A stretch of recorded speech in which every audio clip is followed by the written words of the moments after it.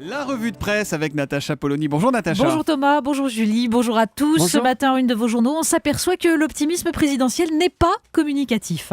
Les Échos, croissance, les risques du scénario Hollande. L'Opinion, promesse, Hollande récidive. Bon, il faut avouer que les autres titres n'incitent pas non plus à l'optimisme. La Croix, ces Français qui vivent la rigueur au quotidien. Le Parisien, bientôt 2 fois plus de garde à vue. Le Figaro, les vrais chiffres de la violence aux personnes en France. Le Monde, Ukraine, l'escalade de la violence, l'humanité, la guerre menace en Ukraine, il faut stopper les chars. Et puis il y a ceux qui se forcent à l'optimisme parce qu'il faut sauver l'Europe, libération, à 3 semaines des élections, un rêve d'Europe. Alors, est-ce qu'on peut commencer quand même par un peu d'optimisme, vous croyez ? Écoutez, je suis pas gagné, sûre. hein. Pour résumer le ton ce matin, ce serait quelque chose comme « Il nous refait le coup ». Et l'image, c'est celle de François Hollande en une de l'Opinion, en Madame Irma de Bazar, interrogeant les limbes devant un valse et une Merkel sceptique. Esprit de la croissance, si tu es là, frappe une fois. Pendant que sous la table, il actionne un petit marteau à l'aide d'un mécanisme. L'éditorial de Nicolas Bétou, juste au-dessus, s'intitule « Les contes de fées du président ». Il était une fois un président rigolo qui devait gérer un pays ramollo. Il était gai, le président rigolo. Il faisait des blagues et ça marchait souvent. Sur le social, il a été super marrant en parlant d'inversion de la courbe du chômage. Sur les impôts, son gag triomphal s'appelle la pause fiscale. Et sur la croissance, son meilleur sketch l'an dernier, ce fut la reprise est là. Bon, dans le Midi Libre, Jean-Michel Servan se moque du Sar Rabindranath Duval de l'Élysée, hommage à Pierre Dac et Francis Blanche. Sur quelles données économiques se base notre prophète président pour affirmer un tel miracle, demande-t-il. À lire les Échos, on se le demande aussi. Le journal explique comment une éventuelle croissance européenne serait forcément entravée en France par les mesures d'économie décidées par Manuel Valls. Alors tous contre lui ? Non, quand même. Le Parisien publie une interview de l'économiste Elie Cohen qui l'affirme. « Bien sûr qu'il y a retournement », s'exclame-t-il. D'ailleurs, il faut poursuivre, dit-il. La priorité doit rester la maîtrise de la dépense publique et le retour de la croissance vertueuse.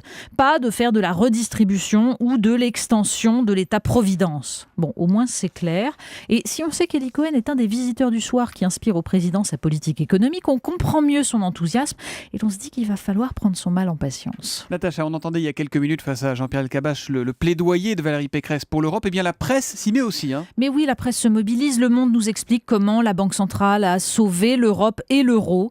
Bon, Libération publie une tribune de Jean-Marie Harribey, économiste, qui dit à peu près le contraire. Une intéressante tribune d'ailleurs qui imagine comment sortir du piège de Maastricht sans détruire la solidarité entre pays européens. Mais on sent que l'enjeu, en fait, derrière tous ces articles un peu partout, c'est la crainte du gros score du Front National.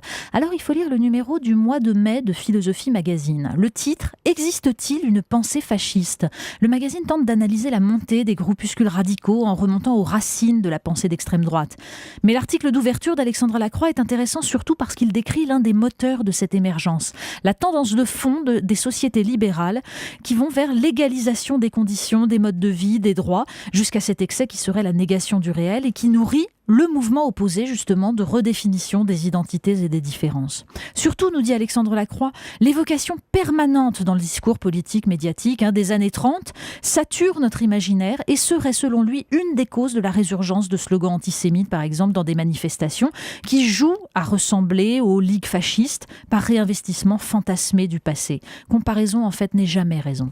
On parle de José Bové à présent. C'est vrai qu'on l'attend et qu'on l'entend sur les OGM, mais il s'exprime aussi sur d'autres sujets, José Bové. Et oui, c'est Libération qui nous raconte ce débat qui agite les Verts. José Bové, fervent opposant à la manipulation du vivant par les OGM, s'est déclaré dans une émission de la chaîne catholique KTO opposé à la PMA, la procréation médicalement assistée, par souci de cohérence, justement. Alors, tollé chez les écolos progressistes. Jusqu'à présent, la tendance conservatrice des écologistes était circonscrite aux articles du journal La Décroissance. Et voilà que la figure de proue du mouvement oblige à redéfinir les clivages. Le débat est passionnant, mais sans doute un peu trop dangereux pour les Verts. Alors, en attendant, dans Philosophie Magazine, on voit des jardiniers résistants, les guerrilleros gardeners, qui luttent contre l'urbanisation, eux, en cultivant des potagers sur les friches de centres, autour des centres commerciaux, des parkings de banlieue. Et ça, c'est de l'écologie réjouissante, c'est charmant. Allez, si on passait à table maintenant. Oui, ça c'est pour lutter contre le pessimisme. Je vous Alors, on y conseille, vient à l'optimisme. mais je alors, on vous y vient. conseille vraiment la grosse revue 180 degrés. 180 degrés comme la température du four. Hein. Des photos c'est pas comme toujours le aussi demi-tour, belles, des recettes alléchantes, un article sur l'histoire des tendances culinaires, alors classique, nouvelle cuisine, fusion moléculaire, pour tout comprendre, un retour du bistrot, avec une recette de canard pour illustrer. Alors ça va des suprêmes de canard à la Rossini, donc le monument de la cuisine classique, au magret de canard au kiwi, jus et son navet glacé avec chichi, portion minuscule, ça c'est la nouvelle cuisine, et jusqu'aux sucettes de canard rôti de la cuisine moléculaire, à l'intérêt, nous dit l'article, inversement proportionnel à la culture culinaire du dégustateur. Puis si vous saturez du canard, eh bien vous lisez l'enquête magnifique sur la cuisine manouche et vous goûtez le niglo, c'est du hérisson rôti. C'est donc à lire dans 180 degrés.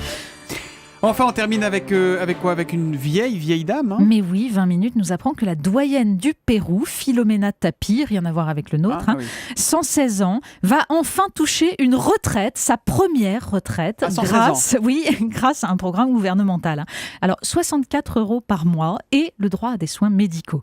Heureusement pour elle qu'elle n'en a pas eu besoin jusqu'à présent quand même. Hein. Enfin, c'est un modèle pour les retraités français qui se plaignent des dispositions gouvernementales et qui visiblement refusent l'optimisme. La revue de presse Natacha Polony, tous les matins à 8h35 sur Europe 1.